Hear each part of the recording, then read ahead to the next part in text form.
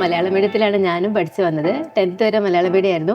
+1 എത്തിയപ്പം ആദ്യത്തെ ഒരു 3 മാസം എന്ന് പറയുന്നത് കിളി പോയ പോലെയായിരുന്നു ഇരുന്നിരുന്നത്. ഇവിടെ ഒരു സ്വിച്ച് നടക്കുന്നുണ്ട്. എന്നുവെച്ചാൽ SSLCയിൽ നിന്നും ഹയർ സെക്കൻഡറിയിലേക്ക് പോകുന്ന സമയത്ത് ഒരു വലിയ മാറ്റമുണ്ട്. അത് ശരിക്കും ഒരു ബ്രിഡ്ജ് ആവശ്യമാണ്. സത്യം പറഞ്ഞാൽ അന്നൊക്കെ ഇത്രയും വലിയൊരു എമൗണ്ട് ആയിരുന്നു അവർ വാങ്ങിയിട്ടുണ്ടായിരുന്നത്. എനിക്ക് തോന്നുന്നു ഏറ്റവും ദരിദ്രരായിട്ടുള്ള കുടുംബത്തിൽ നിന്നും പോലും ഡോക്ടേഴ്സിന് ഉണ്ടായി വരാം എന്ന ഒരു തോട്ട്, വലിയ തോട്ടാണ്. അന്നത്തെ ഏതൊരു കുട്ടിയെ പോലെ എനിക്കും ഡോക്ടർ ആവാനായിരുന്നു ആഗ്രഹം. അന്നിങ്ങനെയൊക്കെ എഴുതുമായിരുന്നു, ഡോക്ടർ മുഹമ്മദ് ഷാജു എന്നൊക്കെ എഴുതിയൊക്കെ. ഹായ്, നമുക്കറിയാം ഇപ്പൊ +1 അലോട്ട്മെന്റ് നടന്നുകൊണ്ടിരിക്കുന്ന സമയമാണല്ലോ. അപ്പൊ നിങ്ങളുടെ ഉള്ളിൽ ഓരോരുത്തരുടെ ഉള്ളിലും നിരവധി സംശയങ്ങൾ ഉണ്ടായിരിക്കും അല്ലേ? ഈ സംശയങ്ങളിൽ പ്രധാനപ്പെട്ട ഒരു കാര്യമായിരിക്കും ട്യൂഷൻ വേണോ വേണ്ടയോ എന്നുള്ളത്. അപ്പൊ നമുക്ക് അതിനെക്കുറിച്ച് കൂടുതൽ നിങ്ങളുടെ സംശയങ്ങൾക്ക് ഉത്തരം നൽകാനും അല്ലെങ്കിൽ നിങ്ങൾക്ക് സഹായത്തിനുമായിട്ട് നമ്മുടെ കൂടെ ഷാജു സാർ ഉണ്ട്. സർ, ഈ ഒരു കൺഫ്യൂഷൻ എല്ലാവർക്കും ഉണ്ടാവുന്നതാണ്. അപ്പോൾ ഞാൻ അതിനു മുമ്പേ എൻ്റെ ഒരു എക്സ്പീരിയൻസ് ഷെയർ ചെയ്യാം. 10ാം ക്ലാസ് കഴിഞ്ഞ സമയത്ത് അന്ന് നല്ല മാർക്കൊക്കെ ഉണ്ടായിരുന്നു. അപ്പോൾ അന്നത്തെ ഏതൊരു കുട്ടിയെ പോലെ എനിക്കും ഡോക്ടർ ആവാനായിരുന്നു ആഗ്രഹം. ഇന്നും ആഗ്രഹമുണ്ട്. ഏതായാലും അന്നിങ്ങനെയൊക്കെ എഴുതുമായിരുന്നു, ഡോക്ടർ മുഹമ്മദ് ഷാജു എന്നൊക്കെ എഴുതിയൊക്കെ നോക്കാറുണ്ടായിരുന്നു. അങ്ങനെ +1 അഡ്മിഷൻ കിട്ടുന്നതിന് മുമ്പേ ഞാനൊരു നാട്ടിലെ ഒരു അറിയപ്പെടുന്ന എൻട്രൻസ് ട്യൂഷൻ സെൻറ്ററിൽ ഞാൻ പോയി. എൻട്രൻസ് സെൻറ്ററാണ്, വളരെ സന്തോഷത്തോടു കൂടി പോയതാണ്.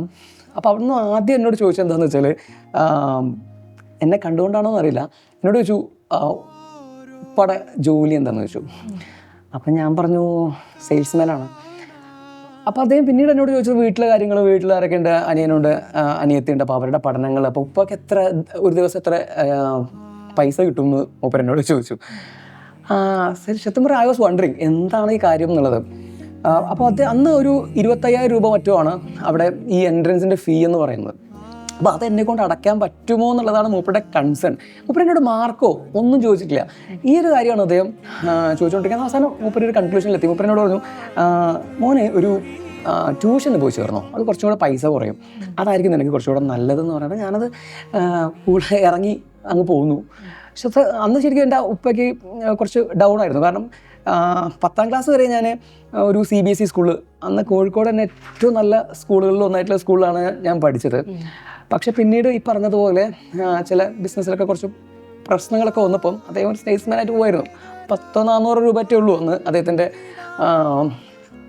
വരുമാനം എന്ന് പറഞ്ഞാൽ ഒരു ദിവസത്തെ.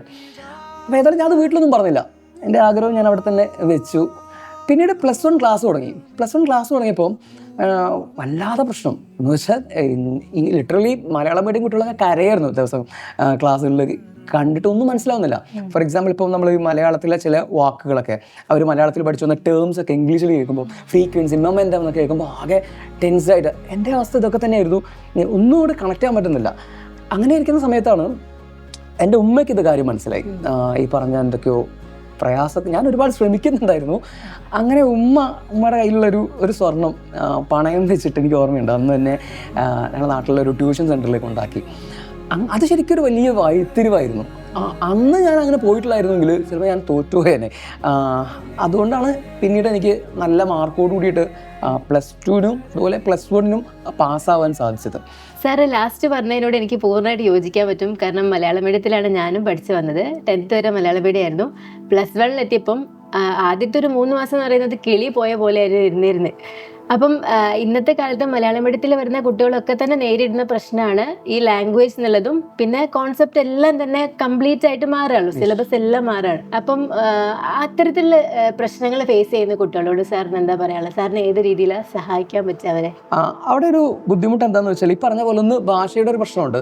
നേരത്തെ പറഞ്ഞ ഫോട്ടോസിന്തസിസ് എന്നുകൂടി നമ്മൾ കേട്ട് പറയുന്നത് മലയാളത്തിലെ വീടായിരിക്കും. പക്ഷേ ഇപ്പോൾ അത് വരുന്ന ഒരു കേവലം വാക്കുകൾ മാത്രമല്ല, ഒരുപാട് കോൺസെപ്റ്റ്സ്. ഒന്നാമത്തെ പ്രശ്നം എന്ന് പറഞ്ഞാൽ ഇവിടെ ഒരു സ്വിച്ച് നടക്കുന്നുണ്ട്. സെക്കൻഡറിയിൽ നിന്നും എന്ന് വെച്ചാൽ SSLCയിൽ നിന്നും ഹയർ സെക്കൻഡറിയിലേക്ക് പോകുന്ന സമയത്ത് ഒരു വലിയ മാറ്റമുണ്ട്. അത് ശരിക്കും ഒരു ബ്രിഡ്ജ് ആവശ്യമാണ്. ഒരുപാട് മാറ്റമുണ്ട് സിലബസിൽ. അത് കുട്ടിക്ക് പെട്ടെന്ന് എന്ത് ചെയ്യാൻ പറ്റില്ല, ക്യാച്ച് ചെയ്യാൻ പറ്റില്ല. ആദ്യത്തെ 3 മാസം വളരെയധികം ക്രൂഷ്യലാണ് ഈ ഒരു കേസിൽ.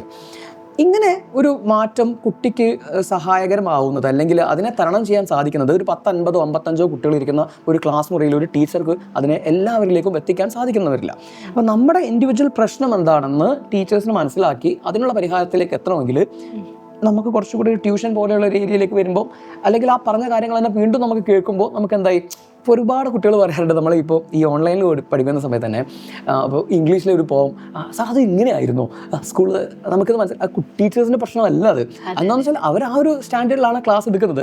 പക്ഷെ നമ്മുടെ കുട്ടികൾ എന്തായിട്ടില്ല, അവിടേക്ക് എത്തിയിട്ടില്ല. അവിടേക്ക് നമ്മൾ എത്തിക്കണം അവരെ. അതിന് നമ്മൾക്ക് ഈ പറഞ്ഞ പോലെ ഒരു സഹായം അത്യാവശ്യമാണ്. ശരിക്കും ഒരു ട്രാൻസിഷൻ സ്റ്റേറ്റ് ആണല്ലോ 10th നിന്ന് +1 വരാന്നുള്ളത്. പിന്നെ അതുപോലെ കുട്ടികൾക്ക് ഉണ്ടാകുന്ന മറ്റൊരു സംശയമാണ്, മേജർ ആയിട്ടുള്ള സംശയം തന്നെ ആയിരിക്കും, +1 ട്യൂഷന് ജോയിൻ ചെയ്യണോ അല്ലെങ്കിൽ +2 എന്തെങ്കിലും ഹെക്റ്റിക് ആയിട്ടുള്ള ഷെഡ്യൂൾ വരുന്ന സമയത്ത് അവർക്ക് ടാസ്ക് ഹാൻഡിൽ ചെയ്യാൻ പറ്റാതെ വരുമ്പോൾ ജോയിൻ ചെയ്യണോ എന്നുള്ളത്. അപ്പം അവരോട് സാറിന് എന്താ പറയാനുള്ളത്? ഇത് പറഞ്ഞ പോലെ പല ആളുകളും വിചാരിക്കും നമുക്ക് നോക്കാമല്ലോ, അല്ലെങ്കിൽ നമ്മളൊക്കെ അങ്ങനെയാണല്ലോ അത് ട്രൈ ചെയ്യുമ്പോൾ. പക്ഷെ നമ്മളൊരു എഡ്യൂക്കേഷൻ എന്ന് പറഞ്ഞാൽ നമ്മൾ വളരെ ഇമ്പോർട്ടൻ്റ് ആയിട്ടുള്ള ഒരു പ്രൈമറി സെക്ടർ തന്നെയാണ്, ഏറ്റവും ഇമ്പോർട്ടൻ്റ് ആയിട്ടുള്ള കാര്യം നമ്മുടെ ലൈഫിൽ. അതുകൊണ്ടാണ് ഞാൻ അന്ന് നമ്മുടെ +1 തുടങ്ങുന്നതിന് മുമ്പ് എൻ്റെ എയിം ഇതായതുകൊണ്ട് ഞാൻ എന്ത് ചെയ്തു, നേരത്തെ ട്യൂഷന് ചേരാൻ വേണ്ടി പോയത്. സത്യം പറഞ്ഞാൽ അന്നൊക്കെ ഇത്രയും വലിയൊരു എമൗണ്ട് ആയിരുന്നു അവർ വാങ്ങിയിട്ടുണ്ടായിരുന്നത്. ഒരുപാട് കുട്ടികൾക്ക് എൻ്റെ പോലെ ഒരുപാട് കുട്ടികളുടെ ആഗ്രഹങ്ങൾ ശരിക്കും പറഞ്ഞാൽ എന്താ പറയുക ബറീഡായി പോയി ഇവിടെ ഈ പറയുന്ന ട്യൂഷൻ സെൻറ്റേഴ്സിൻ്റെ ഈ വലിയ ഫീസിൻ്റെ മുമ്പിൽ. അവിടെ ശരിക്കും ഒരു വിപ്ലവകരമായിട്ടുള്ള ഒരു മുന്നേറ്റം നടത്തിയത്, അല്ലെങ്കിൽ ആലപ്പുഴക്കാരനായിട്ടുള്ള സാധാരണ കുടുംബത്തിൽ വന്ന ആ മനുഷ്യനാണ് ചെയ്തത്. കാരണം ഇത്രയും ഫീസിബിളാകുന്ന രീതിയിൽ, അല്ലെങ്കിൽ ഇത്രയും ചെറിയ എമൗണ്ടിലേക്ക് നമ്മൾ ഈ ഒരു കൊറോണ കാലഘട്ടത്തിലാണ് ഇത് നടക്കുന്നത്. അതുവരെ ഉണ്ടായിരുന്ന ആളുകളുടെ മോഹങ്ങളൊക്കെ ബറീഡായി പോയി ആ ഒരു അവസ്ഥ അനുഭവിച്ച മനുഷ്യരാണ് അദ്ദേഹം. അപ്പോൾ ഈ ഒരു സൈലം ഇത്രയും ചെറിയ ഫീസിൽ കുട്ടികളെ പഠിപ്പിക്കുന്നു എന്ന് പറയുമ്പോൾ ബാക്കി ഇൻസ്റ്റിറ്റ്യൂഷൻസ് ഒക്കെ നിർബന്ധിതരാവുകയാണ് ഈ ഒരു എമൗണ്ട് കുറയ്ക്കാനും. എനിക്ക് തോന്നുന്നു ഏറ്റവും ദരിദ്രരായിട്ടുള്ള കുടുംബത്തിൽ നിന്നും പോലും ഡോക്ടേഴ്സിന് ഉണ്ടായി വരാം എന്ന ഒരു തോട്ട്, വലിയ തോട്ടാണ്. അതിൽ നിന്നാണ് ശരിക്കും ഈ ഒരു വലിയ മാറ്റം ഉണ്ടാകുന്നത്. അപ്പം ഞാൻ പറയും കുട്ടികൾ നേരത്തെ തന്നെ ജോയിൻ ചെയ്യണം. കാരണം നമ്മൾ ഒരു എമൗണ്ട് അടച്ചിട്ട് നമ്മളൊരു കോഴ്സിന് ജോയിൻ ചെയ്ത് നമുക്ക് വലിയൊരു എയിം ഉള്ളത് കൊണ്ടാണ്. ആ എയിമിന് നിങ്ങൾ നേരത്തെ ജോയിൻ ചെയ്യണമെന്നാണ് ഏറ്റവും നല്ലത്. വേറൊരു കാര്യം എന്താണെന്ന് വെച്ചാൽ, ഒരു കുട്ടി ജൂലൈ പകുതിയോട് കൂടിയിട്ട് നമ്മൾ കോഴ്സ് സ്റ്റാർട്ട് ചെയ്യുന്നു. അതിന് മുന്നേ ഒരു പാഠമെങ്കിലും കുട്ടി നേരത്തെ അറിഞ്ഞു വെക്കുകയാണെങ്കിൽ, അല്ലെങ്കിൽ കുട്ടിക്ക് അറിയാമെങ്കിൽ ഇവിടെ വലിയൊരു മാറ്റമുണ്ട്. കാരണം നിങ്ങൾ പുതിയതായ സ്കൂളിലേക്ക് പോകുന്നു, പുതിയതായ ടീച്ചേഴ്സാണ് നിങ്ങളെ ഹാൻഡിൽ ചെയ്യാൻ പോകുന്നത്. നിങ്ങൾ ആരാണെന്നൊന്നും ടീച്ചേഴ്സിന് അറിയില്ല. അവിടെ ഒരു ഇംപ്രഷൻ നമ്മൾ ക്രിയേറ്റ് ചെയ്യുക എന്നുള്ളത് വളരെ ഇമ്പോർട്ടൻ്റ് ആണ്. ഓക്കെ, അപ്പം നമുക്കൊരു കോൺഫിഡൻസ് ഉണ്ടാവും, അത് വലിയതാണ്. കാരണം നമ്മളൊരു ക്ലാസ്സിലെത്തുന്ന സമയത്തോ നമ്മളൊരു റെസ്പോണ്ട് ചെയ്യുന്ന സമയത്തോ, അല്ലെങ്കിൽ അതിന് കിട്ടുന്ന ഒരു അംഗീകാരം, അല്ലെങ്കിൽ ഒരു പരിഗണന, അതുപോലെ തന്നെ നമുക്ക് കോൺസെപ്റ്റ്സുകൾ പെട്ടെന്ന് ക്ലിയർ ആവുന്നു എന്നത് ഒരു തുടക്കമാണ്. ആ തുടക്കം നമ്മൾ പറയാറില്ലേ, ഒരു നല്ല തുടക്കം പകുതി കാര്യങ്ങളെ തീർക്കുമെന്ന് പറയുന്ന പോലെ അവിടെ ഒരു വലിയൊരു കോൺഫിഡൻസ് കുട്ടി കിട്ടുന്നുണ്ട്.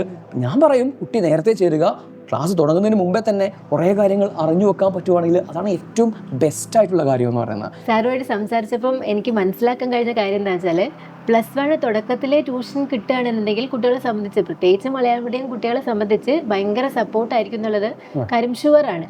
അപ്പം സാറിന് അതിൽ ആഡ് ചെയ്യാൻ വേണ്ടിയിട്ടുള്ള എന്തെങ്കിലും കാര്യങ്ങൾ? യെസ്, ഈ ഒരു ബേർഡൻ ശരിക്കും ഈ പറഞ്ഞതുപോലെ അവർക്ക് ഇല്ലാതെയാക്കാൻ ഏറ്റവും ബെസ്റ്റ് എന്ന് തോന്നിയത് എനിക്ക് ഈ ഒരു ഓൺലൈൻ സപ്പോർട്ട് കുറച്ചുകൂടെ അവർക്ക് എളുപ്പമായിരിക്കും. കാരണം ഇനിയിപ്പോൾ സ്കൂൾ തുടങ്ങിക്കഴിഞ്ഞാൽ തന്നെ അവർക്ക് സയൻസുകാർക്കാണെങ്കിലും കോമേഴ്സുകാർക്കാണെങ്കിലും ഒക്കെ ഇനിയിപ്പോൾ സ്പെഷ്യൽ ക്ലാസ്സുകൾ വരും, രാവിലെ ക്ലാസ് ഉണ്ടാവും, ഈവനിങ് ക്ലാസ് ഉണ്ടാവും. അപ്പോൾ അതൊരു ഓഫ്ലൈൻ രീതിയിൽ പോകുമ്പോൾ കുറച്ചുകൂടെ ബേർഡൻ ഈ പറഞ്ഞ പോലെ പിന്നെ അത് നമ്മൾ ഒഴിവാക്കുന്ന രീതിയിലേക്കൊക്കെ പോകും. അപ്പോഴും ഈ പാവ മക്കളാണ് അതിൽ എന്താവുന്നത്, പ്രശ്നത്തിലാവുന്നത്. അപ്പോൾ കുറച്ചുകൂടെ ഇൻട്രസ്റ്റിംഗ് ആയ രീതിയിൽ അവർക്ക് എന്താ പറയുക പറ്റുന്ന സമയങ്ങളിൽ ആയിട്ട് വീട്ടിൽ തന്നെ ഇരുന്നുകൊണ്ട് അവർക്ക് ഒരു ഏറ്റവും ബെസ്റ്റ് ഫാക്കൽറ്റീസിൻ്റെ ഒരു മെൻറ്റർ സപ്പോർട്ട് കിട്ടുക എന്ന് പറഞ്ഞാൽ അതൊരു വലിയ കാര്യമാണ്. അവരെ സംബന്ധിച്ചിടത്തോളം വലിയ കാര്യമാണ്. നമ്മൾ ശരിക്കും ഇപ്പോൾ അവരുടെ ഒരു പ്രായം എന്ന് പറഞ്ഞാൽ അങ്ങ് ഇല്ലത്തൊന്നും പുറപ്പെടുകയും ചെയ്തു, അമ്മമാർക്ക് എത്തിയിട്ടില്ല എന്ന് പറഞ്ഞ പോലെയാണ്. അവരങ്ങോട്ട് എത്തിയിട്ടില്ല, പക്ഷേ ഐഡൻറ്റിറ്റി ക്രൈസിസ് ഒക്കെ നേരിടുന്ന ഒരു സമയമാണ്. പക്ഷെ ഒരുപാട് സ്ട്രെസ്സും സ്ട്രെയിനൊക്കെ അവർ അനുഭവിക്കുന്നുണ്ട്. അവിടെ നമ്മളെ കൊണ്ട് പറ്റാവുന്ന രീതിയിലുള്ള ഒരു മെൻ്റൽ സപ്പോർട്ട്, ഇമോഷണൽ സപ്പോർട്ട്, അതുപോലെ തന്നെ സ്ട്രക്ചേർഡ് ആയിട്ടുള്ള ഒരു സിലബസ് എങ്ങനെ കവർ ചെയ്യണം എന്നുള്ള കാര്യങ്ങളൊക്കെ ഇവിടുന്ന് കിട്ടുന്നു എന്ന് പറയുന്നത് വലിയൊരു കാര്യമാണ്. ഇവർക്ക് ഒരു ട്യൂഷൻ അത്യാവശ്യമാണ്. അത് ഏറ്റവും ബെസ്റ്റ് തിരഞ്ഞെടുക്കുക എന്നുള്ളത് അവരെ സംബന്ധിച്ചിടത്തോളം ഏറ്റവും ഇമ്പോർട്ടൻറ്റുമാണ്. അപ്പോൾ നിങ്ങൾക്ക് ഓപ്റ്റ് ചെയ്യാം, നിങ്ങൾക്ക് നോക്കാം. സൈലം നൽകുന്ന ഈ ക്ലാസ്സസിനെ കുറിച്ചാണെങ്കിലും അതുപോലെ തന്നെ നമ്മുടെ റിസൾട്ട്സ് ആണ് എപ്പോഴും നമ്മളൊരു ഇൻസ്റ്റിറ്റ്യൂഷൻ തിരഞ്ഞെടുക്കുമ്പോൾ ആദ്യം നോക്കേണ്ടത് അല്ലേ. ലോകത്തിലെ തന്നെ ഏറ്റവും ടഫസ്റ്റ് ആയിട്ടുള്ള എക്സാമുകളിലൊന്നായിട്ടുള്ള JEE അഡ്വാൻസ്ഡ് എക്സാമിനേഷന് 3-ാം റാങ്കാണ്, കേരള 3-ാം റാങ്കാണല്ലോ നമുക്ക് കിട്ടിയിട്ടുള്ളത്. അങ്ങനെ എത്രയോ റാങ്കുകളുണ്ട്. അപ്പോൾ അതൊക്കെ നോക്കിയിട്ടാണ് നമ്മളൊരു ഇൻസ്റ്റിറ്റ്യൂഷൻ തിരഞ്ഞെടുക്കേണ്ടതും. അതുപോലെ തന്നെ നമ്മൾ ഏതായാലും ഇത് എയിം ചെയ്തിട്ടുണ്ട്, അതിലേക്ക് എത്താൻ വേണ്ടിയിട്ട് എല്ലാ ആശംസകളും നൽകുന്നു. ഓക്കെ, ഏതായാലും താങ്ക് യു സർ.